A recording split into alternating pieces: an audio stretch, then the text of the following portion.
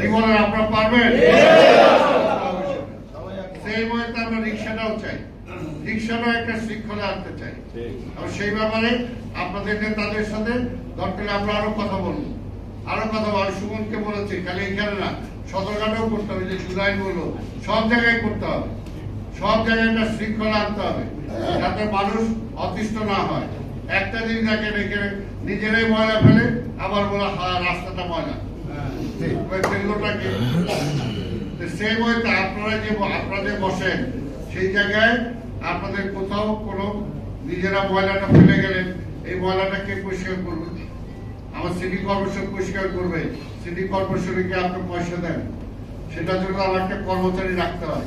এটার জন্য আমরা আপনাদের যে জায়গায় বসতে দেবো সেই জায়গায় আমরা চাই আপনাদের শৃঙ্খলার জন্য, আপনাদের প্রয়োজনে আমরা সেইখানে মোবাইল টয়লেট দিয়ে দেবো যাতে আপনাদের অসুবিধা না হয়। আপনারা মোবাইল টয়লেট ব্যবহার করবেন, যন্ত্র যাতে আপনাদের আজকে এই সমস্ত পায়খানা প্রস্রাব করতে না হয়, আজকে জায়গাগুলো নষ্ট হয়ে যায়, সেটা যাতে না করতে হয়, সেটার জন্য আমরা করে দেবো।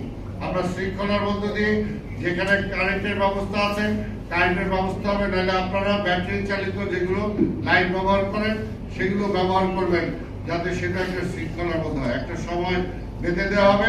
আরেকটা হলো পরিষ্কার, ওই যে জুলাই বলছেন, হ্যাঁ জুলাইয়ের জন্য আমরা দিব, কিন্তু জুলাইয়ের লাইসেন্স দিয়ে আপনি বাইতুল মোকাররম ব্যবসা করতে পারবেন।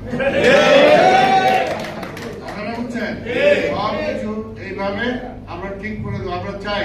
আর আরেকটা হলো যে সারা বছর জুড়ে আমরা কি খালি সবাই সারা বাংলাদেশ থেকে যারাই আসবে, আজকে আসলো কালকে একটা ভ্যান নিয়ে নেমে গেল হকারগিরি করতে, এটা কি অ্যালাউ করা যায়?